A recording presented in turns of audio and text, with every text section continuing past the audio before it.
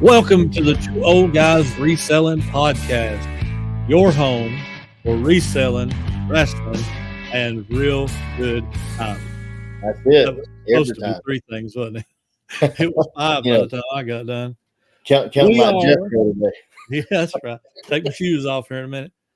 We are the Two Old Guys. We just hanging out, reselling on eBay, reselling on sometimes on whatnot. I actually thought about doing another one, and I'm getting my mind set on this auction that we're going to have at the Meetup. And I'm thinking, maybe I could just do something like that on whatnot. And maybe we end up doing something like that on whatnot, even who knows. But yeah, how's it going? Oh, it's great. Look, just check the screen out. That's all I got to say. Yeah. No, I'm not talking about all the bells and whistles. Just that little title, People's Dad Joke Champion. Enough said, man. I'm officially protesting the vote. Nobody cares. Nobody cares. That's probably the biggest truth we're going to hear today. Nobody cares. This is the man that just went 1, 2, 4, 5, 3. Okay. I'm going to have to concede now. Because I can't even count. All right. Well, here we are on our new layout. Hope you guys like this layout. We literally just made this today, but it's pretty cool. It's a video background. Yep. Kind of goes along with our theme of being a reselling podcast that only talks about wrestling. So we figured we'll embrace that reputation about us, But yeah, we gonna have fun, talk about something. I don't know. We'll talk about something. So we got it figured out, I think. We got something figured out. Who knows? All I know is Josh asked me to permanently move the belt that's in the middle just right over to his side. Well, look, over. I kind of feel like he was already conceding since it's got a nice bird on the center of the belt. I mean, it was his choice. I didn't force that, so. I'm going to have to replace that with a defeated man that has given up. No. I'm going to have to replace it with a cross with the little road right there. Oh, man. I'll just have to make a belt now, Which I'm just going to let that go. Just going to let it go. Just let it go. Well, yeah, let us know what you think about our new background. It is a video background. It's kind of embracing who we are as the Two Old Guys. And we like it, so we hope you do too. But hope y'all are doing well. And we just going to do a little bit of talking about the Meetup, the Highway 127, 2024 Highway 127, Pickin the Plateau reseller event. That is coming your way August 2nd, which we joke and we say, that's so far off. But really, when we first announced it, it was almost 6 months out, and now it's just about 5 months out. So you know how time goes. Yeah. Here in just a few weeks, reselling. I can't talk today. Here in just a few weeks, yard sales are going to kick back up. And when that happens, our time is going to fly, and it's going to be 127 before you know it. So I'm excited. We've still got tickets available. They'll be down in the description below. We do have a few spots left on the sponsorship packages if anybody's interested, but don't wait around if you are, because those are filling up. We got supporter packages for anybody that's interested. And we got a lot of stuff planned. It's going to be exciting. And also, we did a little bit of talking about the food. Mm-hmm. Me and you and our wives got on the other night and did some talking, and I don't know about you, but I'm pretty excited about the prospect of what's coming for food. Oh yeah, that's my style of eating. I think. We'll put it that way. If I was to say, and some people will understand this and some may not, for those of us that grew up going to church all the time, the word homecoming has a double meaning. Oh yeah, it's a good time in church, but it also is like the biggest meal you're going to have all year.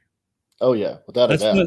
The ladies, like, they bring out their signature dish, and you end up with enough food to feed about 10 churches. And Josh brings out his not food. just ladies. Not just ladies. It's just I'll bring out my scrambled eggs because I can cook a mean scrambled egg. Real men cook. That's all I'm saying. You won't get no argument from me because my grandpa was an Army chef, an Army cook. Man. He was an awesome cook. My uncles could cook like crazy. My wife's brother can cook. My son can cook. I just didn't get the gift because I'll just tell you, if you are good at it, it is a gift, man. It's like Logan made spaghetti last night for us. It was unbelievable. Like, so good. And then you have to throw them biscuits in the cast iron on Facebook and shove them in my face like, look what I mean. You know? That's the only way to do it. That's the only way to do it. What, the shoving it in my face part, or? Well, both, but you know, no, cast iron for biscuits and cornbread and lots of other things too. But cast iron is unbelievable. How we grew up. Absolutely. And so cast iron is like the greatest invention. Oh man. Oh, it's so good. And there's nothing like I don't have people do what they have to do or what they can do, and I have no problem with that. But I grew up. My mom was hand rolling biscuits. Had the big old dough bowl. I guess that's hard to say, man. Dough bowl. It was a big Tupperware. Let's put it that way, giant one. And she'd sift the flour out right there in the bowl. She never changed it out. She just added it back to it, which seems crazy when you listen to people today and how you should do things, but it was always so good, man. She'd work it with her fingers and then take each one out, man, and just so delicate. They were always so light and fluffy. Yeah, so good. Oh my gosh. Did your grandparents ever like not wash their cast iron stuff? Well, I don't know. I never met any of them. Oh, really? Yeah. He's like, sorry. So they were all dead before I was born. But really? Yeah, really. No kidding. Wow. I mean, it's that was awkward. We haven't mentioned that, I don't guess. I don't. That was a weird moment right there in time. Yeah. I don't know how else to answer it, but just tell the truth. I mean, yeah. But we've talked about nearly everything under the sun, but I guess we let that slip by us. But no, I was, I've mentioned how big my family is. So my dad's the baby of 16 kids, and my mom was the baby girl out of a family of 14. Oh, she has two brothers younger than her. And I do remember you telling me about your grandpa and grandma now. I do remember that now. And so I came so late, from my mom and dad. My dad was 41 when I was born, and he was the baby in his family. So my grandma and grandpa on mom's side, the tornado outbreak in 74, it happened on a Wednesday night, and they were in church. And so it blew the church away that my grandpa had built. He founded that particular church, built the building, bought the land, all that stuff. And so they were in the middle of service and had a house full, and it was only him and my grandma that died in the tornado when it hit the church. Wow. A lot of family members, uncles and aunts on both sides, even some of my dad's family was there. And so anyway, the story goes, mom was laying on top of one of my brothers and had the other one by the hand, and he was in the air. My Uncle Joe and Aunt Janice, they were sucked up into the storm and literally were in the air and spit back out, and they both survived. Wow. I mean, there's so many crazy stories. I won't get into all that today, but it might be interesting to talk about one day. But then my dad's mom and dad, they were much older. They were both born in the late 1890s, and they were gone, by the 1970s too. So, I never got to know any of them, but I know they all cooked with cast iron, and I do have one of my skillets belong to my grandmother on my dad's side, and then of course I've got several of my mom's that she used all my life. Right. That's crazy. I do remember you telling me that story. Now, it took me a minute to remember that, but why I asked was, I remember like growing up, my grandmother's cast iron stuff, it might get wiped out, but it never really got washed up much. Like they might rinse it out, wipe it out, but they did not wash it to get all that grease out, because you just don't do that, Right. You want to maintain all that. A soap like these really highly concentrated soaps like we get, like the Dawn stuff today, if you use too much of that on it, especially if you use something that scrubs it, you won't completely unseason it in the sense that that dark color comes out, because you can shine Right. cast iron up to a shiny metal, but it gets rid of that nonstick surface that forms, and they'll Yep. turn into the best nonstick skillet that you can use. Yep. So, you also don't cook meat in them, because meat's got a lot of water in it. And if you cook meat in one that you also cook bread in, it's going to stick the next time. Really? I mean, yeah, if you have problems with the stick, that's probably the issue. So I've got one cast iron that's all I use it for, is to like cook meat. So like if I'm cooking hamburger meat, frying a pork chop, I always go back to that same one, and I never use it for bread. I won't fry potatoes in it because they'll stick. Anything that can stick, it will stick. Something starchy. But yeah, I wiped my bread skillet. We made cornbread yesterday, and that's all we did from the biscuits the day before. We took a paper towel, wiped it out real good, put some oil in it, poured the cornbread in. That's interesting. I didn't know that. So I have learned two things, and I guess I knew these things already. I did know, but it's hitting me because things hit me slower than they used to the older I get, and after COVID and all that, things don't hit me the same. But so your dad was 41 when you was born. Not many people can say that. Not a lot of people say my dad was in his 40s when I was born. My dad was 42. So we have that really close to in common. And my grandpa on my dad's side died before I was born. So we have that in common. I didn't put two and two together until just now. Right. Now I knew the rest of my grandparents, but I never did get to meet him because he died probably like 3 or 4 years before I was born or something like Right. that. He was probably around 60 years old when he died, something like that. But yeah, that's interesting.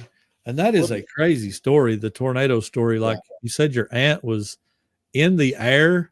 Oh, my aunt and uncle. They were actually not married yet. But my Uncle Joe and Aunt Janice, they were dating. They've been married for over 50 years now.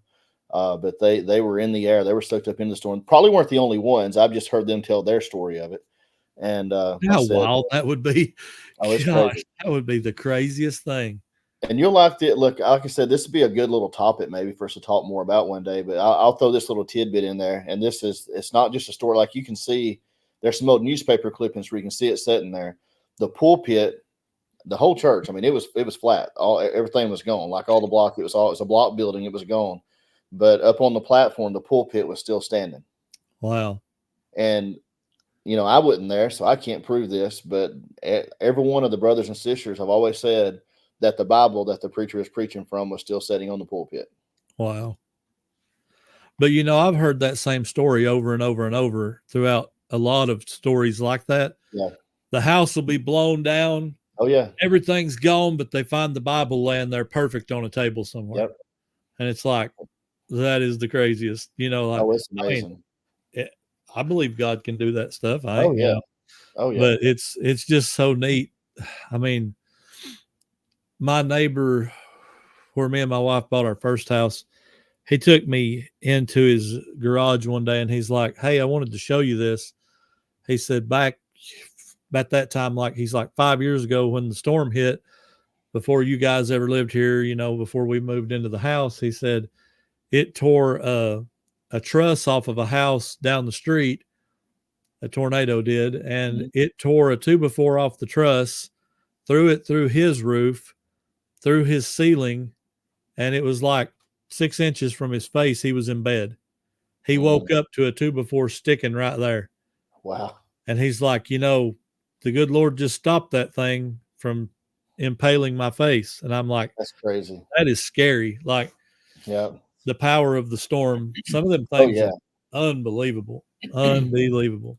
I mean, it's fascinating. Some of the stuff that It you hear. is. I've always been fascinated by them. I don't want to ever come across as being happy that they happen, but we know they happen, and it's something to be studied and to be understood better. Whether you're someone that's trying to forecast or someone like us that's just trying to stay safe when they're, when they come around so often. Because in our neck of the woods, we're in that Dixie Alley region, that gets a lot of tornadoes. And I know during the super outbreak, the most recent one, the April 27th one, where they had the big tornado in Tuscaloosa. We had one that come through here where we're at, and it was lowered. I reckon we weren't here. We had gone to storm cellar, but we couldn't even get back down our driveway because there's so many trees, But it had lowered as it was coming through the yard between our shed and the house, and it took two of the trees down that were between it. And then as it got past the house, it started to set down as it made it to the edge of the woods, which is probably not 50, 75 yards, maybe 100 yards from the house. It started setting down right in there, set down in the pine thicket in front of the house, and was kind of parallel to the driveway. And it, made a mess, blew tons of trees over. It wasn't as powerful. It wasn't like if it had been an F4 that close to the house, or F5, it would have took the house out. Right. But just the fact that even as big as it was, if it had been on the ground 150 yards sooner, it'd have probably destroyed the house. I mean, Absolutely. we had a lot of damage, but we were saved from losing our house because it sat down literally 100 yards ahead of us when it finally come down. So we had almost the same thing happen, but it was about a half a mile down the road last year during tornado season. We was in church, and I think my wife's aunt or somebody called her and said, "Hey, there was a tornado out here just touched down." And it was, if you drive down my driveway to the highway and then go, I guess it would be west about a quarter mile, you go up and down a hill, and the house that was at the bottom of the hill, literally, if about what they say, the way a crow flies, literally probably a half mile, it leveled the house. I mean, there was nothing. It was a concrete pad and stick. It looked like, how when you're a kid, you build those stick houses, right, and they fall. That's what it looked like. It just everywhere. Yeah. It came over us and dropped in that little ravine, leveled that house, went across the road, across the highway, leveled a couple of silos at a farm, and then took back through there. And I'm like, that's just good Lord. I mean, I know somebody lost their house, and it could have been us. And I don't think that I'm any better than anybody else, but it's wild how God spared us that time. It could have been us, right. No reason that it shouldn't have been us, but it's just crazy. But yeah, and I'm kind of like that too. I like storms. I would almost, if I knew I wouldn't get killed, I would almost chase them down. But I have a little more respect than that, I guess, for the storm. But I still am intrigued by them. Yeah, I mean, me too. I mean, very much so. I even thought, I mean, I don't know if I've told you this before. Like I had a point during my teaching career, probably, I would say, close to 10 years ago, when I was looking at going back to school, and I had thought about doing meteorology, like when I first did college, but there was not a place close by. I would have had to went like all the way to Mobile, which some people say that's close, but when you're used to being in a small community, close to home, close to family, like that just wasn't doing it for me. But Mississippi State, which is like an hour and 15 minutes from here, they started a broadcast meteorology program.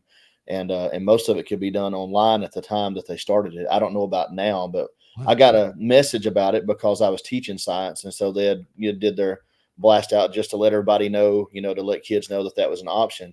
And I thought, I was really intrigued by the thought of maybe doing that, but I didn't. But that's how much I enjoyed it. Like I really do. Always did like studying the weather. I did science projects on that when I was a kid because I was a big nerd, So that's neat to know. It was cool stuff. Now my wife, she's like you. She would like to go out there. They do those storm chaser experiences. Yeah. And she brings that up when we were driving to Nebraska, driving through all that part of the country. Just like, I still want to come out here and do. I'm like, oh my goodness. I just can't. I said, some of those storm chasers in those big, like heavy vehicles, there's been some of them that have died. There's been a couple that got hit got in the wrong place. And I mean, it's not by percentage, it's not a lot, but that's a high enough percentage for me to know that I don't want to do it. High enough. Yeah. High enough. Yeah. I know. Oh my goodness. See, now Tanya's the exact opposite. If they say there's a tornado possibility, she's like, everybody hit the bathroom, pile in the tub. And I'm like, Tanya, there's a better chance of y'all dying if I pile in the tub on somebody than there is a tornado hitting you and killing you. So you probably don't want that to happen. But yeah, she gets all kinds of tore up about that stuff, Oh, but man. I don't get so tore up about it, but I have a healthy enough respect for it that I'm probably not going to chase anything, but I will stand out in the, out in the front yard and watch them go by until it gets bad enough that I feel like, okay, I better head inside. Right. And I ain't going to stand out in the middle of a lightning storm or anything like that. No. But especially when tornadoes and stuff come through, I just get intrigued. But anyway, I don't know. Now we've become the two old meteorologist podcast. Hey, you never know what you're going to get when you tune in. Right. It's always good. Just tune in. And that's right. Just tune in. By the way, 14 subscribers, right? 14 away. 14 I think it was more. Today. Last time we asked, we got 16. Some subscribers. Well, no, that was the time before. Well, we didn't say anything last week, but if you're watching and you haven't subscribed, hit that subscribe button for us. We're so close. So close. And go create 13 more accounts and subscribe from them too. We'd if appreciate you're subscribed. Yeah. If you're subscribed and you're like us and you have 2 or 3 accounts, use them all. Yeah, that would be very appreciated. We just need 14 people, 14 people, and we're there. Tons of hours, but not the subscribers. Yeah, absolutely. I don't know how we got so far away from the event talk, but I did want to talk about that just a little bit. I can tell you real quick. Tell me how. You asked me about my grandparents. Oh, yeah. That's how. Made it. It was an awkward silence. Yeah, that awkward kind of like, wait, what? Totally. You sitting there like, wait a minute. Wait a minute. What? How do I rebound from this? Yes. Not used to being speechless, but it happens. It does happen. No, but going back to the food. Okay, here this to me is like one of the biggest things about it. We was talking about homecoming. Right. That being like it's like your main service of the year. It's the time that anybody and everybody can come, and you have a meal, and you just have special singing the service, and you have a good time, and it's just like an old-fashioned service day. Yeah. And the meal is always huge. So that is kind of what we're going to do at the meetup this year. There's not going to be a set menu. So saying that to say this, because I can't give away everything because I don't know everything Tanya, Josh, whoever is going to make. But I know Tanya's going to cook. I think Josh is going to cook at least chicken and dumplings. I believe we've already come to that conclusion. Yeah, I think I was given that role. I believe you was nominated by Shane over at Soda City Flips for sure. And I mean, of course, chicken and dumplings fits right in with any scenario like that. And, but yeah, we're talking about the food, but listen, I can promise you this. Last year it was hamburgers and hot dogs and coleslaw. And I think there was macaroni, potato salad, stuff like that. And it was awesome. It was great. Now, I can't personally attest to Josh's cooking skills, but I can tell you what I've seen on Facebook and Instagram, and it makes me jealous. Like I wanted to drive down to Alabama this weekend just because of those biscuits. So if it's any indication of what you can do, I'm super excited because I know what Tanya can do. Yeah. And Logan has already said he may make something too. Awesome. So all of that is, to me, it's like when I think of homecoming and I think of the food at homecoming, I don't eat breakfast that morning. I don't eat. No. I go to church like starving. Yeah. And I'm not that I'm sitting there saying, okay, let's get done. Let's get this over with. I enjoy it. But when it's over, it's like, yes, let's go eat, Right. So that's kind of what we're going for. All I can say is this, it will be awesome. And you're going to get that kind of food for the ticket price, $25. You're going to get that kind of food and the meet and greet and the event itself, all of it, except for the Thursday night thing. That Ben is taking care of that separately.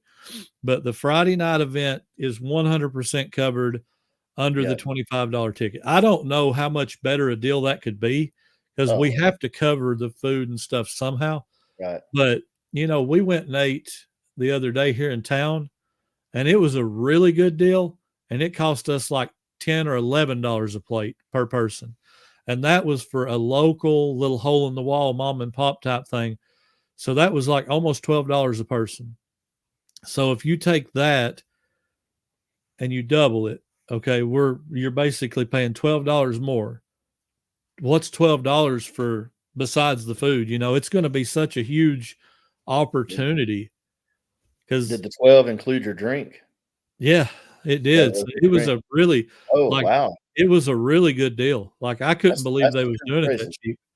Because nowadays, if you get out for under $20 at a restaurant, drink included, you better write that one down because that's a good deal. Like, right. But no, it was really good. And but I mean $25, and we're not trying to sell tickets for the sake of selling tickets. We ain't really worried about that, but we want you to come and have a good time and enjoy yourself. But the networking, man, I'm telling you, the networking was so awesome last year. And you know all about it now going to Omaha. The time you got to spend with people that understand what you're doing is just absolutely. That is huge. Like that was huge for me last year, getting to just get to know people. And, you know, I mean, there's already a big list of people coming. You've got obviously me and you. So there's 2 YouTube channels, right, plus the podcast. You've got Rocky Top Picker. You've got Shane Soda City Flips. You've got Beard King Picker Alex. Mm-hmm. You've got Lucky 7 Auction, Nathaniel and Ashley. Possibly, maybe, hopefully, somehow it works out. Corey and Teresa at Grams and Pops Vintage may be able to come, but they may not. They already made it clear that they didn't know what their schedule was. And I said, that's totally fine, but they want to come if they can. So, I mean, that's some of the people, and there's more. I don't want to leave people out, but without pulling up the list of tickets sold right now, that's what I know of right offhand. And I know there's more coming right now. That's not even people that's bought tickets. That's us. That's the co-hosts. That's, you know, sponsors. That's nobody that's bought tickets so far. And I know there's several other YouTubers already coming. So, man, I get pumped up about it. Like, I cannot wait. Right. Cannot wait. Absolutely. It's going to be a big time. And, you know, like you said, from being in Omaha, I can only imagine with the 127 going on at the same time, because, you know, we're going to have, it's an opportunity probably to pull a little more people. You know, Corey and Teresa and Lori and Kyle and Alicia, they all did a great job at Omaha, but, you know, theirs was a lot more challenging because they had to put everything together. They had to figure out, you know, what are we going to do every single day? And for us, the crowd's coming. It's just, you know, do you want to come share the evening with us and have a meal and network or not? And so I mean, I can only imagine what it's going to be like, because so many resellers and YouTube resellers are going to be in the area anyway. That I think it's going to be a big time. I really do. I'm excited about it. I know we say that a lot, but really, I just can't express to you how much, like, it is so. I don't know. It's just like you said. Sometimes I feel like an alien when I'm talking to people about reselling, because I was talking to a cousin this morning. She had called me a couple weeks ago, and she had some old letters that my dad had written back home when he was like in his early 20s in the Navy before he married my mom, and to her mother, which was his sister. And she asked if I wanted them. Well, I finally got to go over there and pick them up this morning, and we got to talking. And of course, you know, she asked me what I was doing. I was telling her about, you know, what I was doing, the reselling and YouTube and stuff. And about 20 minutes into me waxing very long on my explanation, it hit me. She does not care about this. And I stopped. You have to excuse me. I said, you know, we get under this pretense or this belief that everybody's interested in what we're doing. But the truth is, a lot of people aren't. But when you walk into that room, like we did in Omaha and like we're looking forward to doing in Crossville, and it's filled with people who are, in a sense, from that same mental planet that we are right now. Yep. It's this really undescribable, the way what you come away with. You learn so much, but the connections you make, it's great stuff. I mean, there's nothing that has compared to it yet for me since I started reselling. It's just nothing else compares to that. No, that's the energy I hope we can capture when we talk about this. Listen, we're not trying to make money. I done told Josh, and we're both in agreement, like, this is not an event for us to make profit. So with the sponsors, the supporters, ticket sales, we're trying to put on an event that is memorable. And this isn't just our event. Of course, it's our event. We're putting it on. It's also the Resale Locker Room event because they're co-hosting, but it's also everyone's event that attends. Yeah. I mean, we want it to be special. And, you know, we have people that are coming that have reached out to me asking, hey, what can I do to help? And that's awesome. Like, you know, take control, take charge. Like, I want it to be that kind of memorable, enjoyable time. I want people to leave and say, I cannot wait until next year. Like, Yep. if you guys was to have one in the wintertime, we're showing up. And I'm not saying we're going to do that. I'm just saying, like, I want to build that kind of excitement for this Right. event that people really, really look forward to it. Not because it's just come meet us. I mean, I hope that people can enjoy that, but it's the getting together and enjoying not just Yeah. the time with each other, but it's for us, we say it like fellowship. You know, fellowship is not just a church word. It is that bonding experience you have, you know, like me and Josh fellowship together. We're coming together and sharing that bond. And this community has that bond. We can fellowship together. Like we can enjoy that together. So I'm excited. Like I said this on my video last week. I wish it was tomorrow. Then I said, well, I wish it was next week where we have time to get ready. But Yeah. if it was next week, I would Yeah. be super excited. Oh, And yeah. a couple of reasons. I'm super looking forward to this meetup, but you guys are coming up earlier in the week, so I get to hang out with you guys some. Nathaniel and Ashley are going to try to come up a little bit early. We get to hang out with them a little bit extra. So, I mean, you know, that's cool. These are people that like you guys and Nathaniel and Ashley, like Yuns are more like family to us now than just friends. You know, like I'm not saying Agreed. that, not trying to say that ugly, but not Yeah. that just friends are bad, but I mean, we really have created a bond that's more than just Mhm. acquaintances on YouTube, you know, or on Yeah. eBay or whatever. So I'm excited and I hope it comes across that as genuine because it is. I can't wait. I really Yeah. can't wait. And that's again, that's what it's all about. You know, I love that word fellowship because, like you said, I think it gets, you know, the context is great in the context of church and that type of thing. Like a lot of us in the South have grown up with, kind of like the homecoming thing. Yeah. But it's, you know, like within my family, I mean, that's one of the greatest things, having that huge family that I grew up with. I mean, I don't know how many of you caught that, but you know, between my mom's side and my dad's side, that's 30 aunts and uncles without their But spouses, you know, that plus is a all their kids. bunch. So, I mean, when we had family reunion times, it was bigger than homecoming, like when we would get together. And that's how they did it. It was always potluck. Everybody Yeah. brought but it was the visiting, man. It was Yeah. that part. My mom's family, we get together usually like during the summer, and they'd set up all kinds of games outside. We'd have horseshoes and we'd throw washers and have, you know, volleyball and badminton and just all this stuff everywhere. Kids running everywhere, adults running everywhere, pretending they're kids still, you know, and food all day long, you know, and Yep. they'd get the ice cream makers out and be making ice cream. We'd have watermelon and just all this stuff. And it was just this whole big day, just this huge day of just family. And for people that sometimes that's the only time you got to see them because they were coming in from, you know, hundreds of miles away, like some of these resellers are going to. Yeah.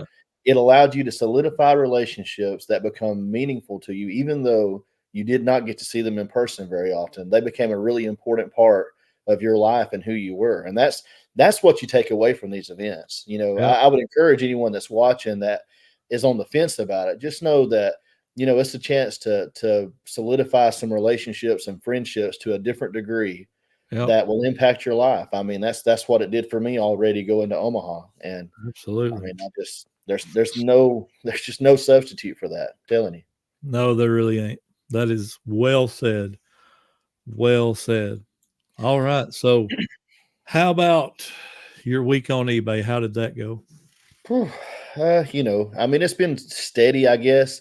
My sales, I've probably had about the same amount of sales as normal, but I haven't had like any big dollar sales, and that's kind of hurt the money side total. I mean, they haven't been terrible, but it's just been kind of those consistent middle of the road, some lower dollar sales.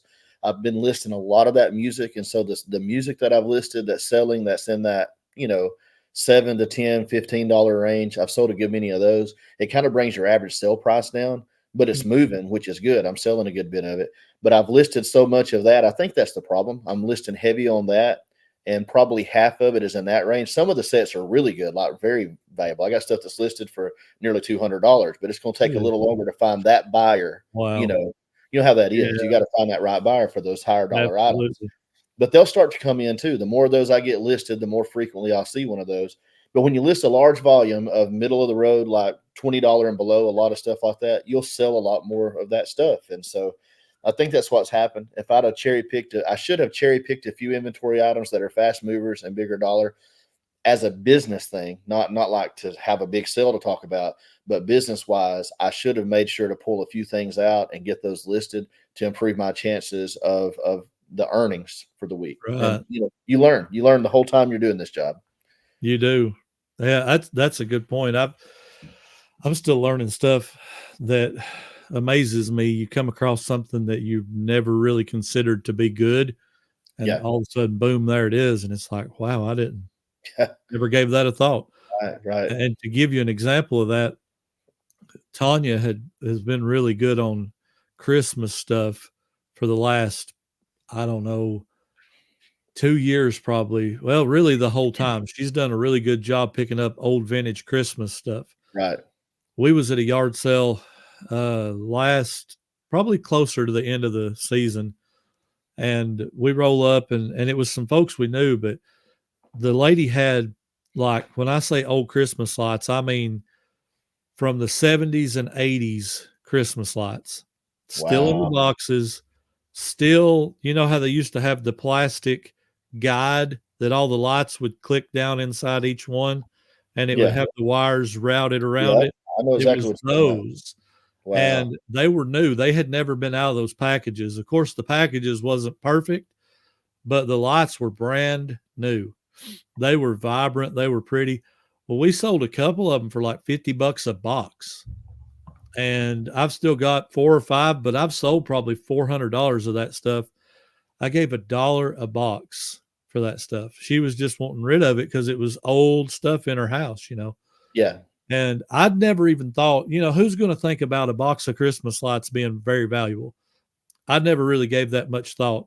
But after I've been doing this for a while and I seen that old box and I was like, $1, I'm willing to take a risk for $1. Like, there really ain't that much risk, and if I have to throw it away, I lost $1. I can survive that. So I'll take the chance. Bought it, brought it home. They light up perfect. They were perfect. And just awesome because you will not find too many people on eBay or anywhere that's got those exact lights anymore. Yep. They're just not going to be out there. Mm-hmm. So that's one of my favorite parts of eBay too, is you connected somebody that was looking for it with what they wanted. You made money. They got what they wanted. That to me is business in a nutshell. Everybody wins. Oh yeah. That's perfect business. Everybody won. Everybody's happy. And so that, to me, that was like, I loved it. I love operating my eBay store that way too. Like, not just about the money, just, I mean, yes, we are trying to make money. Obviously we wouldn't be doing this. Oh yeah. It wasn't. But when you have that kind of satisfying sale, that's awesome. That's just like the cherry on top, man. Oh yeah. And I think that's where, sometimes these days the yard sales, there's still a lot of good ones. Don't get me wrong. That's probably the best sourcing opportunity out there. Yep. But we all roll up on those sales where everything's priced because they looked up a price on eBay. They're not a reseller. They don't know how to research price. And it's not being ugly and saying this. I'm saying I didn't know how to research price probably the first year I was reselling, not to do it well. I mean, it's a slow grind, learning how to really comp well and understand if it will or won't sell. Even when you're looking at the sold listings, you can get a bad impression from those sometimes. But most people just look at what's listed and they say, oh, this is sell for X amount of money. And like those lights, when they do something like that, the odds of them finding the buyer like you found online that's willing to pay that much for those lights at a random yard sale is slim. People are going to walk by and be Yep. like, I'm not doing that, Yep. and so sometimes I know people are critical because they think we're way underpaying when we do know what they will sell for.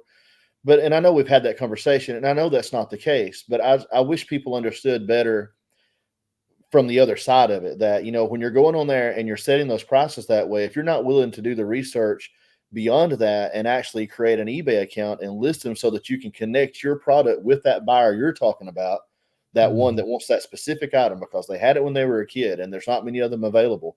And it Yep. does have value because of that. If they're not willing to do that, they're not going to find that buyer just walk up off the street, probably one in 1,000 people. I mean, it's just not going Absolutely. to happen. So, I mean, they're going to end up putting that back in a box and back in their garage or in their attic or something. And a lot of people think if you can get it on eBay, I can get it here. But eBay is 100. Last time I checked, like 180 million users. Yeah. How many people come to your Oh, yard sale? yeah, If 100 people right. roll in, good luck getting them same amount of views Yeah. that you can get online at your yard sale. It's just not going to happen. And I mean, even if you had 10 collectors show up, more than likely they're all going to leave without it. Like, I mean, Right. it has to be something that they really want. And I don't know. I mean, people are free to do what they want to. We went to one last year that lady had a Goofy from Disney lamp, and it was sweet looking. It was so pretty, but she priced it for like $275. So sure enough, I walk up and I look at it. I pull it up on my phone, and you know what it was listed for on eBay? $275. And I'm like, she has found this listing Hmm. and said, if they can get it, I can get it. Well, guess what? She didn't sell it. Yeah. And the reselling, I don't know if you want to call it the influence we've had on yard sales, is that people think they can ask whatever they want to. But Yeah. at the end of the day, if you do that, you're going to end up selling like $20 worth of stuff. And And the that's point about of it. having a yard sale all my life, because we're going to have one. It's not so that I can get the maximum amount that a used good could possibly be worth. It's to try to get a little bit of the money back, make a little bit of Yep. money off of something that you would otherwise be throwing away or donating. And there's nothing wrong Yep. with donating because majority of donations that go to thrift stores, it's leftovers from yard sales and things like Yep. that. They get more donations during garage sale and yard sale season than almost any other time of the year, other than maybe around Christmas when people are having to declutter to make room for the new clutter they're bringing in at Christmas time. I mean, there's certain seasons, seriously, that if you'll hit thrift stores up during those times, Yep. they have better items during those times. But I'm saying they still get donations. But Oh yeah. when you got a large volume of stuff, it's just to try to, if you get $2 or $3 an item for stuff that you would otherwise be throwing away, storing for another 5 years in the closet, or carrying to the local thrift store donation box. I mean, you're still coming out to the good. But like you said, people have gone the other way. They're at the nth degree of it, and Yep. it's bad for business for them because they end up getting nothing out of it. And a yard sale's a lot of work, man. Oh my Getting gosh. everything set up, dragging all that stuff out, setting it up, sitting out there all day long. Or if it's Friday, Saturday, that's a lot of work to It's just a ton of work. to not sell the stuff because you don't approach it right. I mean, Yep. I've been to a bunch of them like that, but yep.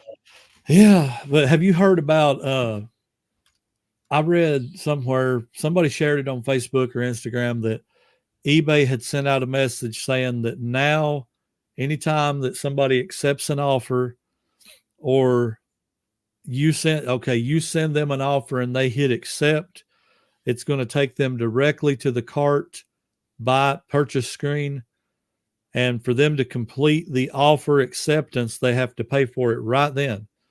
And I thought, man, if this is legit, like this is going to be game changer kind of stuff, because the other day I had 5 unpaid items. Now, Yeah. I did I'd waited all day for them. Nobody had paid for any of the 5. So I did I'm going to send an invoice just to see if maybe they didn't notice I accepted their offer or something. 4 out of 5 paid. So I was like, hey, that was probably it. They just didn't know that I accepted yet. And that other one drug on until finally they paid.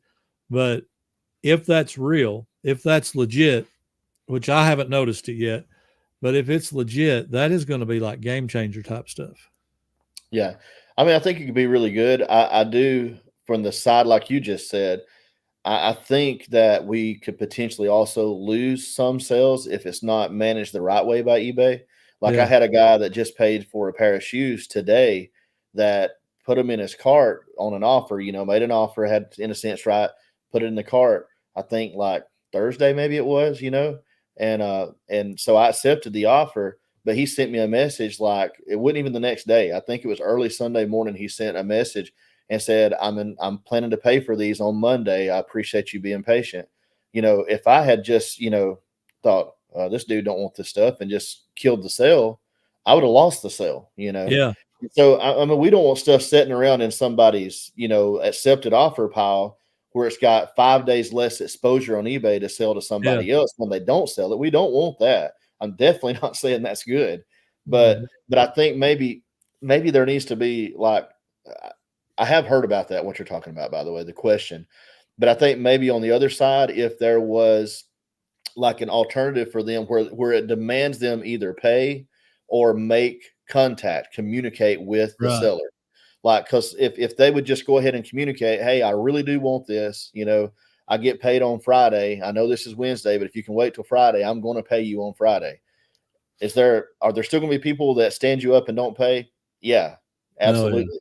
But eBay could require them to put in a date like because it's a short window anyway.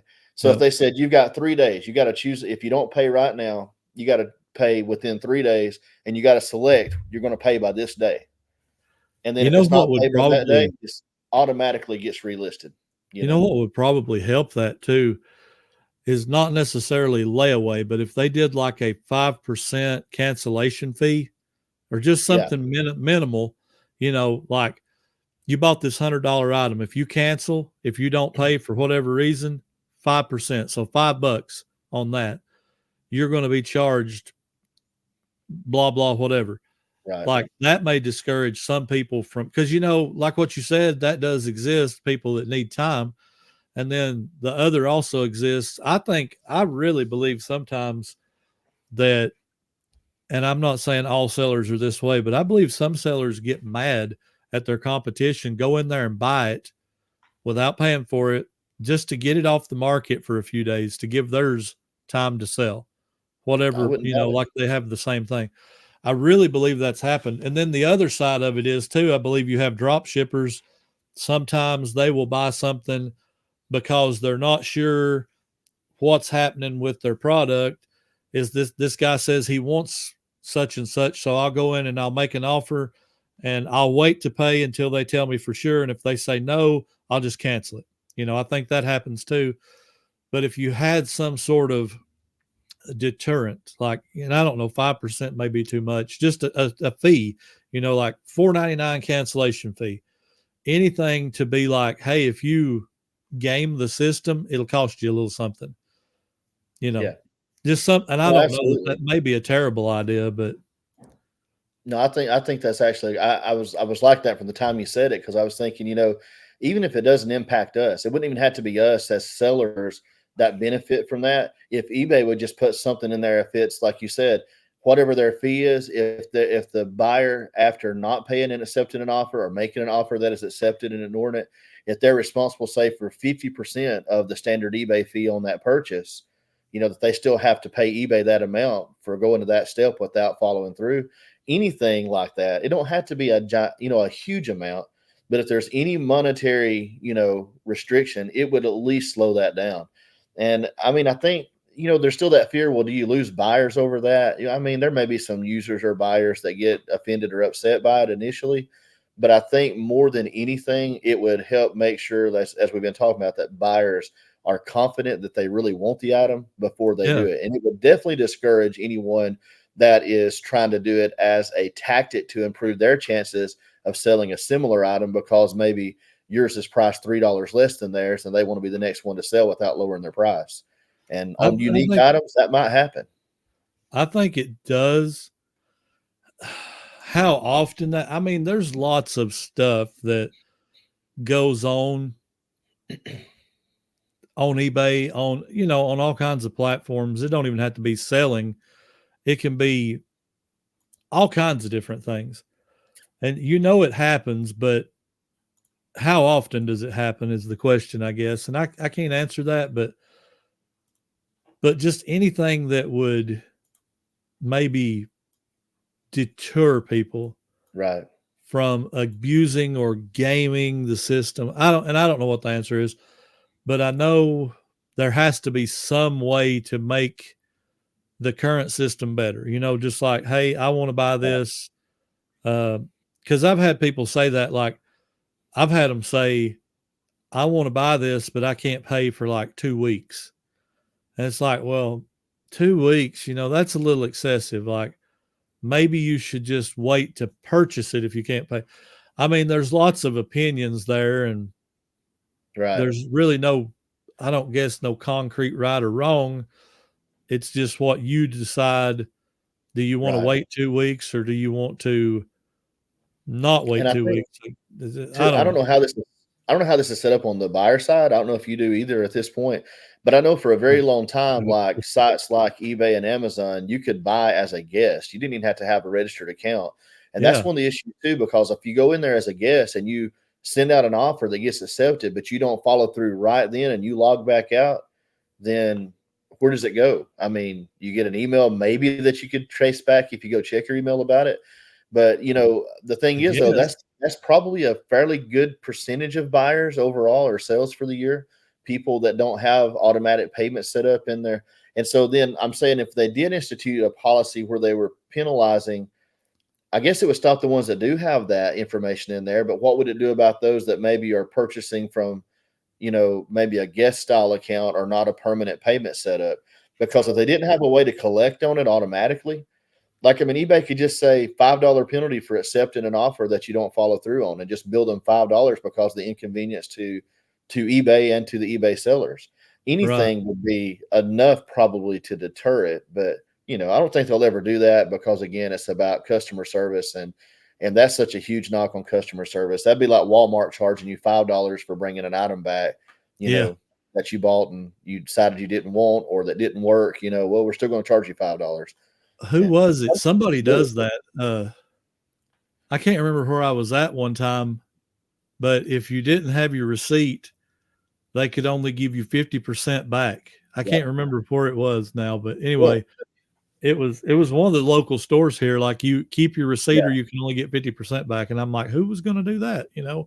Well, It's and like, there's companies that charge a restocking fee, and that's the subject yeah, that comes up with resellers a lot of time of, well, what about a restocking fee? We should be, there should be something worked into that. And I mean, I get that. So I'm not saying that I'm opposed to that, but I'm just saying you're really, really large companies, they are so focused on customer service, whether it's online or whether it's in-person retail. right. It's so much about customer service. They will not do anything as long as they can make money. They usually won't do anything that hinders that customer service first, representation, which is what we've always talked about as resellers since I've been following this. Is they favor the buyer so much over the seller that sometimes it makes it a little frustrating as an eBay seller. But Absolutely. by the same token, they've, when we want to complain about them, and I know we probably need to move on from this topic, but if we're not careful, when we want to complain about eBay and how they do that, what you said earlier, think about this crowd that they have amassed of users that buy from their platform, you know. So we're these methods that they've employed over the years is what has allowed them to build almost 200 million buyers that Yeah, come to this platform to buy stuff. So we got to kind of pick our poison in a sense, right? I mean, if they make too many aggressive moves toward our side and they alienate a third of their buyers, our business is going to suffer. Does it suffer true. from returns sometimes or from unpaid items? Sure. But is that really worse than the number of buyers we'd lose if they took a hardline stance on our side? I don't know. True. Yeah, that is one, the money back guarantee is one of the nice things I like. Yeah. So, if you start making it hard on me, yeah, I agree. I mean, it is kind of a fine line, but I don't know. Definitely. The answer's there somewhere, but what it Somewhere. is, I don't know. It's out there somewhere. Well, I think it's time. As much as I dread this today, I think it's time for a dad joke. What do you think? Dad joke time. Works for me. Let's do it. You ready for this? I'm ready, man. You ready to I'm lose? ready. I hope you're the one that needs to ask that question. Are you ready? Oh, I'm ready. Yeah. Well, Maybe. we'll see. So you apparently was the winner this week. So you get to go first. We should probably leave it up to the votes in the comment section every week. Honestly, I mean that would probably be. That is Because such it's a best dad cheater's joke, way. not whether or not we get the answer. That's what it really, Oh, because neither one of us got it last week. But I'll you're leave that. just looking for a way to win every week, ain't you? This is what No, this is about. I promise you're the favorite in the comments. I would not win every week. They'd come out in droves to make sure you win no matter what. All right, hit me with it. All right. So why does Snoop Dogg always carry an umbrella? Oh boy. I don't know. For drizzle. Jeez. Oh my goodness. Oh, drizzle. I love that one, man. Oh, goodness. Oh, drizzle. Shane might appreciate that with his. That was so bad it was good. Okay, well, mine is kind of along the same lines, kind of, sort of. Okay. Kinda. So, after an unsuccessful harvest, why did the farmer decide to try a career in music?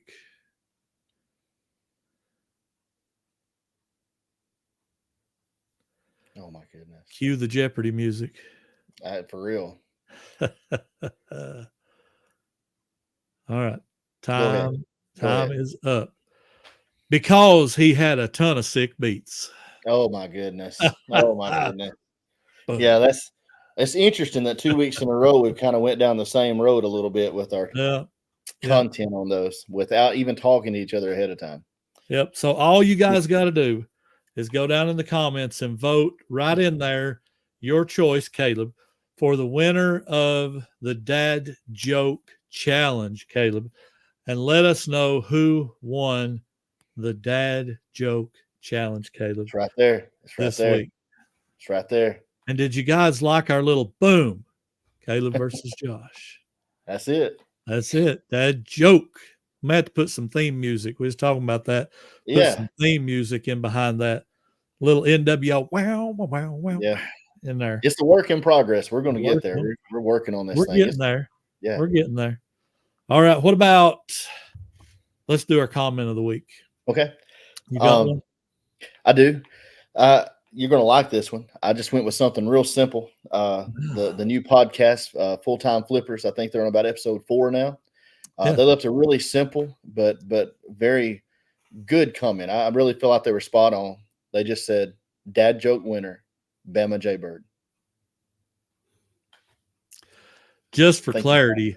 What in the world? Yes. Got the timing on that. Perfect timing. Perfect. That wasn't planned, was it? What you got? I can't make it do none of that stuff, like it won't do it. Oh my goodness. Do I have to start banning people on the comments? Come on. Come on. I want to hear what you got to follow up with that. I'm ready. I was just going to shout out Alex, the Beard King Picker, because he commented something that I agree with. He said, "Looking forward to my first Highway 127 reseller meetup." And by the way, Alex is a great guy. You need to go over there and check out his channel if you already are not. He's got like 500 and some odd subscribers. I know we can send some people his way. So Beard King Picker is his channel. And he's the guy with the beard down to his knees. So just check that out. And he just had a baby the other night also. Literally, he gave birth to his new show, he said. So didn't even, Shane said, "Hey guys, Alex is pregnant." Didn't even know it. So that was unique. He had his wife on there with him. That was pretty cool. He did. But that was mine. Mine was, I played nice and you had to go take a stab at me, another stab, but that's all right because this week it's gonna all be for me this week. All my beats are gonna come in, man, and boom. That's for Rizzle right there. Okay. It's going to be hard to beat Snoop Dogg. I'm just saying. Well, it's hard to get above him because he's so high, so I mean Very true. he's floating out there. He confesses it too, buddy. That is true. All right. Yeah. So how about sell of the week? What you got for sell of the week this week? Man, nothing big. I'm going to do like you did last week. Okay. So I'll say this, my best sell of the week money wise was only $40. I had several 30, 40, 25, but I'm going to go with my favorite sale. I think that's what you did last week. My favorite sale, and this may seem really boring to some people, but it was a Dansko coin album for quarters. So they're a really high grade coin book. I don't know if anybody ever knows about them. They got the little plastics to slide in and out. So I bought, I think, about 8 of these at the thrift store probably a year ago now, and I've sold all but 2 of them. But the reason I chose that, my dad collected coins. He had a ton of silver coins, silver dollars, and things like that. And so he kind of gave, at least myself, I don't know about my other brothers, but kind of gave myself kind of a love for that growing up. I don't invest money in that now, but like all my life, when I was a kid, like from, old enough to understand up through probably my early 20s, when you could still find some of it in change. I mean, I was pulling, when I worked at the grocery store, man, when I worked at the school, even, I would do that. Like, so we worked the brake line and we did all the money collection by hand. And so I was always on the hunt for silver coins, wheat pennies, anything like that I could find. And I'd make sure and keep loose change with me so that I could trade stuff out, I'd drop $1 in there for a $5 quarter. I didn't care. So, a quarter worth $5, Yeah. But, you know what I'm saying? So, anyway, that's why I picked that as my favorite sale. Only sold for $21. Those can actually, though, they can sell for a lot if you get the right one. Some of them are more rare. And people, there's a lot of coin collectors love to have those. So it's a good item to watch for. Absolutely. We was talking about Nathaniel and Ashley earlier. That's one of his biggest areas of expertise is he does all kinds of coins. So Jens will have something to talk about there. Oh, but I've actually bought a few from him and he's got some nice stuff. Well, my sale of the week come from Tanya. This is actually her sale of the week, I guess, if you want to be specific. But it's another set of the Oneida Rushmore stainless flatware teaspoons. These are the 6-inch teaspoons. And I actually have one. I might be able to dig this out right quick. Right beside me in a box. Wow. I have these on a rack right beside me. But when I say teaspoon, this is what I'm talking about. Mm-hmm. That spoon right there. Nothing too fancy. Y'all see if you're listening on the audio side, go check out YouTube to see what I'm holding up. But there's nothing real super fancy about that spoon. It's a spoon. 4 of those spoons right there, 4 of them, sold for $97.99. We've got 12 lots left of that particular spoon, and I've got 2 boxes right here just full of that stuff. But 12 lots left. What's so funny? I'm sorry, my brain. I'm just sitting here, and all that leaves you thinking is spoon me, baby, right? Wow. Just good Lord. Seriously, is it not? That's amazing, though. You sold a fork for what was it here a while back, and 1 serving spoon for like almost $40. It just something like that. It blows my mind. It does. That ought to be our new. All the silverware people on eBay, that should be the new moniker if they have a YouTube channel. Spoon me, and hold a spoon up. That'd be like such a great T-shirt for you to do. Like hold a spoon up and say spoon me, because or what's I can't never get their names. The ones that kind of started it, doing the research on it that all y'all have watched. Scott and Christina, Trading Post Pickers. I have watched them some. I saw one of their, I think it was a Instagram post that he made where she was sprawled out on the floor and had silverware everywhere, going through it, trying to look it all up. So, man, that'd be a great T-shirt. Seriously, that'd be a great T-shirt for like flatware sellers. Last time I talked to him, they had, I think he said she had over 6,000 pieces actively working on. And I was like, that is a lot of silverware. Yeah. We probably got like 1,000 pieces or something right now. And most of it's not listed because the thing about silverware is you can't just take a picture and figure it out. you have to go online and determine, kind of like a car, the make and the model of the silverware. So it's a little bit more labor intensive, but it can pay off major, like Right. like 4 Yeah. spoons for $100. You know, Yeah. that, Yeah. I mean, it took us a little while to get it all up, but once we got everything listed, it's just sit and wait now, you know. And you've said all this before, but we're always, as resellers, looking for, even though we're everything sellers, we're looking for niches that we can get into that don't require a lot of storage space, have a That's high it. profit potential. They're not aggravating to pack and ship. You don't have to worry about it breaking. I mean, these are things that we may ship something that's super fragile because we make money on it. But if Yep. we can have a store full, if we could have 5,000 items that we could just throw in a poly mailer and get it out the door, or in a bubble mailer, I mean, that's the ticket right there, man. It So, is. And we have these boxes right here, that Chris, the old school picker, gave me some of those. And they're like this thick, this wide, that tall. And they're perfect for stuff like that. You can just wrap them in bubbles, drop them in there. It doesn't kick you over a pound. I mean, you can still stay under a pound in a cardboard. Because, you know, if somebody spends $100, I'm probably going to go ahead and put it in cardboard for you. oh yeah, yeah. You know, just out of respect for you spending that much money on it. It's a spoon. It's not going to get hurt, but you was willing to spend $100 on it. So I'm going to throw it in the box, you know, but those are perfect. Just picture perfect. But yeah, that every time we sell a set of silverware, whether it's a $20 fork, a $100 set, whatever it is, I just get flabbergasted. Like, how? I just don't understand how. And me and Scott again was talking about this, and he said the question isn't really how. He said, you know, or who, or what, or why. He said the answer is I don't really worry about it because there are people that are willing to pay it. Yeah. So if there's people that are willing to pay it, I'm going to buy it. And I'm like, absolutely. I mean, spot on answer. You know, keep doing it, because spend $10 on a bag of silverware and make 100 or 200 or 300 or there's no comparison. There's hardly any comparison to the amount of money that exists in that one niche. Yeah. If you could hone it down to that one thing. I don't want to hone down because I enjoy the thrill of the hunt too. But if I was going to, this shed right here is right at 400 square feet. If I wanted to hone it down to just silverware, man, I could have 10,000 listings of silverware in here. Yeah. It would be almost unlimited, but I wouldn't enjoy it near as much as I do being an everything seller. And I am getting away from some stuff that I used to sell, but that's quickly become one of my favorite things to sell. It really has. And I can see why. Yeah. I mean, when you're making that kind of money, it's for real. It's like, yeah.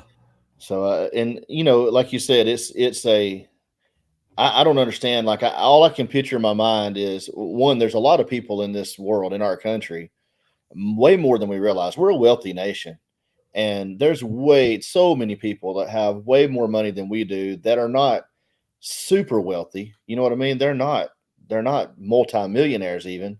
It goes for me again, right? That's what I do them all. How did you do the fireworks? I have no idea. I think Did you do the double thumbs up? Yeah, that's it. Oh, we figured one out. That was it. I can't do it though. So that would be good for the live, what we talked about earlier, possibly. But when you win, you can do that. So every week you just do that. Oh yeah, every week. I got you. There you go. I'm just going to concede now. You can be the winner every week. Don't even say, and you're not conceding anything. Oh man, you're going to be digging for the best dad joke ever next week. I know you. But no, I'm just going to turn into John Cena. I'm going to be over here. You can't see me. I'm done. Hey, speaking of which, we haven't talked much wrestling, and I know we're getting close to the end of the show, but I want to throw a couple things in there. I did something. I didn't even tell you about this. So of course, we record on Mondays, for those of you that don't know, and the podcast comes out on Thursday. So understand this is Monday. I'm not looking at Thursday, so don't you don't have to tell me I'm wrong in the comments. But I got three things history-wise, wrestling, that happened on this day. Okay. First one, 1993, again, to honor Sting.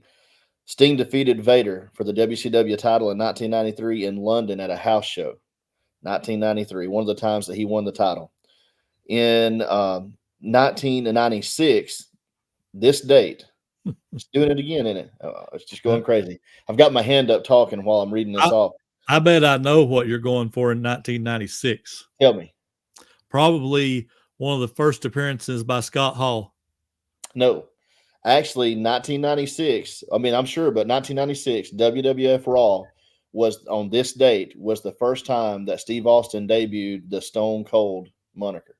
Really? He became 96. Stone Cold Steve Austin. That's pretty big thing. He's one of the biggest characters ever in the history. So, I mean, of wrestling. Oh, man. One of the biggest, yeah. Last one, it kind of relates to him too. But in 2002, handicap match on WWE Raw, you had, this is when when WCW had ended, right? And they brought some of the WCW people in, brought the NWO in. So it was Hogan, Hall, and Nash. They went up against Austin, Stone Cold, and The Rock. Yeah, I remember that. Match. And it was the only time that Stone Cold and Hogan were in the same ring together for a match. Wow. Only time. Yeah, I know that was like one of the, the world was clamoring for Stone Cold versus Hogan, and it never happened. Yeah. No. Kind of like the Sting Undertaker thing never happened. And by the time it could have happened, I don't think anybody would have wanted to see either one of them. They wouldn't have been nothing about a match, really. No. It would have all been spectacle at that point. Yeah. Well, only so many people can pull off just spectacle only, and that's probably limited to someone like a Ric Flair, that can just be loud, make a lot of noise, and flop around and act ridiculous and still be entertaining, Everybody goes between the Undertaker's entrance taking 15 minutes and Sting could do a big drop from the ceiling. I mean, they could probably pull off something. Right. But Hogan and Austin, I don't know. I mean, Stone Cold was kind of like his whole thing was the glass breaks and he power walks to the ring. That's his whole. Yep. You don't drag that out. And Hogan, he could drag his out a little, but I mean, if he's the red and yellow Hogan, he's power walking to the ring too. If he's Hollywood Hogan, he can stand up there and do the air guitar a little bit. And, so yeah, I mean, those would have been cool matches to see. And I did hear The Rock is coming back to wrestle at WrestleMania with Roman Reigns against Cody Rhodes and Seth Rollins. Yeah. So that and Cody Rhodes, who would have thought? I never really knew who Cody Rhodes was because I was pretty much out of wrestling before he became known. But I do know it's Dusty Rhodes' son, so that's kind of full circle, Yep. I mean, it's a hard thing in professional wrestling to come out of the shadow of a first gen or second gen. I mean, not too many people have done it successfully. You have The Rock, you have Randy Orton, now Cody Rhodes. Yep. You have a couple of people, but most of them, it's almost like the kiss of death, Yeah. And I don't know if you saw one of the recent like little in-ring exchanges that they had. Actually, I saw a reel that had this on it. Cody actually slapped the taste out of The Rock's mouth. I mean, and I know it's all agreed to. That was probably agreed to, planned out that part. It was just a little verbal exchanges, but it was him and Roman and then Rollins, and they're building it up for the match. Yeah. But The Rock, just the fact The Rock is such a big character, not just in wrestling, but just period right now. He's a huge star. That tells you though how vested he is in making still with the wrestling industry, making it something big. He's still all in. That he would let another wrestler he absolutely smacked his chops, man. I mean, it was it was a serious. It's reminding me. I think they're doing this on purpose, and here's my. This is my analytics side of wrestling. Like I'm going to break it down as a analyst here for a minute. Yeah. WrestleMania 1 main event: Hulk Hogan, Mr. T, versus the most hated heel in the business at the time, Roddy Piper and Paul Orndorff. It was at that time the biggest match they could do. Mr. T was a huge star. Hulk Hogan was the wrestler. You could not there was no other choice. Hulk Hogan was it. But then you have Roddy Piper, which if you go back, Roddy Piper don't get all of his flowers, but at that time, he was the biggest heel in the business. at that time. And Paul Orndorff was just major at that time too. Yep. I say all that to say this. I feel like they're trying to tribute back to WrestleMania 1. You take 4 of the biggest stars they have, and you have a Hollywood guy too, right? The Rock is one of the biggest movie stars in the world. So he pulls off the Mr. T dynamic, but he's also a former wrestler. Right. Then you have Roman Reigns, who is the modern day Bruno Sammartino, Hulk Hogan, Bob Backlund champion, who's held the belt for 3 years or something? That's forever, something like that. I mean, it's been a long time. So you've got the 2 biggest possible stars on one side. You've got the brightest up and coming star on the other side. And then Seth Rollins, I guess, from what I've understood, is like a major star too. So it's basically the biggest possible match they can do. But I feel like it's a throwback to WrestleMania 1. Yeah, I can see that. I feel like it is. And I mean, yeah, and why not repeat things to a degree, less in a different form that have been successful in the past? I mean, whether it's wrestling or reselling or anything else, you find a formula that works, you better stick with it. Use it again. Absolutely. Well, that's if you watch wrestling, and I don't keep up with it anymore like I used to, but man, back when I watched it, you could bank on it being like this. It's wrestler 1, wrestler 2, insert gimmick for the feud. And it plays out in the course of a month to 3 months, and then rinse and repeat with another gimmick. And that's all it is, over and over and over. And you get a little bit more creative with your backstory as you go. But that's all it is. And it's lasted for WWE. WrestleMania is going to 40 this year.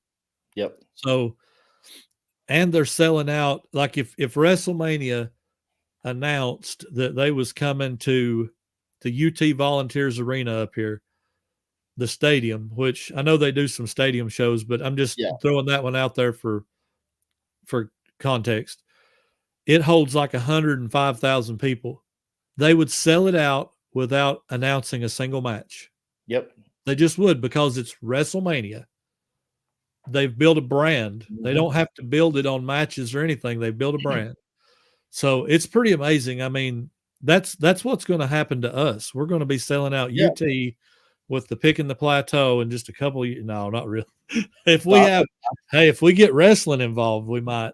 I thought you were about to say the podcast, man. The podcast. We're going to do a live podcast at the UT Arena. We're gonna have to get together and do some on location before long. I mean, that's where it's going to be. It's going to get that big. Is it? Well, yeah, man. We'll have a small studio style audience and do a live show here and there, and it's going to be. I'm all big. for it. I'm down for that. We'll have at least our wives there in attendance. I don't know. They may not want to. They might be like, nope. Mine won't listen to me for 10 minutes at home, so I don't know if we could rein her in for an hour in a chair to listen. Yeah, probably not. All right. Any last words? I don't think so. Just like I said, if you haven't subscribed, please go over there and subscribe to the 2 Old Guys Reselling Podcast. Guys, we'd love that. You want some fireworks? Firework it up. It's not going to do it now. You want to? No, it don't do it when you want it to. But yeah, please go sub, and I would love to have a sub too if you haven't subbed to my channel. Absolutely. Me and Alex both, Beard King Pickery brought him up. We're both trying our best to get to 1,000 subs before we get to the meetup. I'm a little bit ahead of him, but not a lot. So we're both in range, but it's going to take some work. Absolutely. If you're watching this and you ain't subscribed to this guy, what are you waiting for? Go subscribe. My last video, and then we're out, but it hit 2K. But man, what blew me away about it was 2K is big for me. I really appreciated the 2K, but I picked up 60 plus subscribers in that video, and I was like, geez, like they was just boom, boom, boom, boom, boom. And I'm sitting there. It humbles me, like, where are all these people coming from? Yep. But it's crazy. Went over 1,500. So I'm really excited about that. But we need to pull everybody up all at the same time. So that's what we're trying to do. So subscribe to these guys if you are not already. That it? That's it. That's it. All right. Sounds good to me. That's going to do it for us this week. That's it. We are the 2 Old Guys, and we are out. See you guys. See you later.